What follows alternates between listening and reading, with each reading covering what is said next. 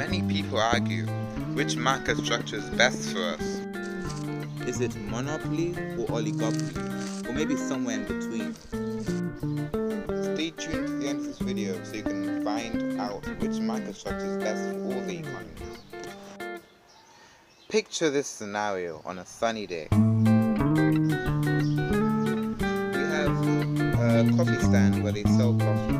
Now at our coffee stand, we sell identical cups of coffee.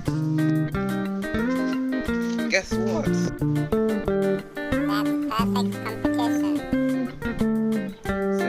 Perfect competition is when we sell identical products. Or rather, when we have a market where identical products are sold at the same prices. Now, next up, let's imagine that same coffee stand, but now we're selling Starbucks. Picture this, going to the store and asking for an extra Starbucks gift.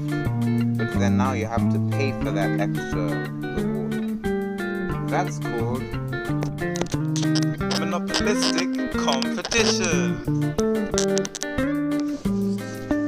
So in definition, monopolistic competition is when you have a market where similar products are being sold, but then they're not exactly identical. And also a key feature is that there are many sellers in the market. Thanks for watching, guys, and see you in the next episode for part 2, where we will be covering oligopoly.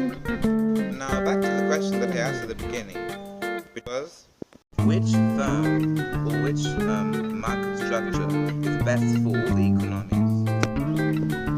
Honestly, guys, I would like you to answer that one, because I've done enough talking.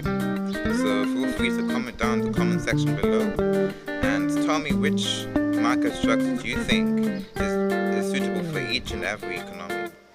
Thanks for watching, and I would like to hear from you, so please comment down below after watching this video.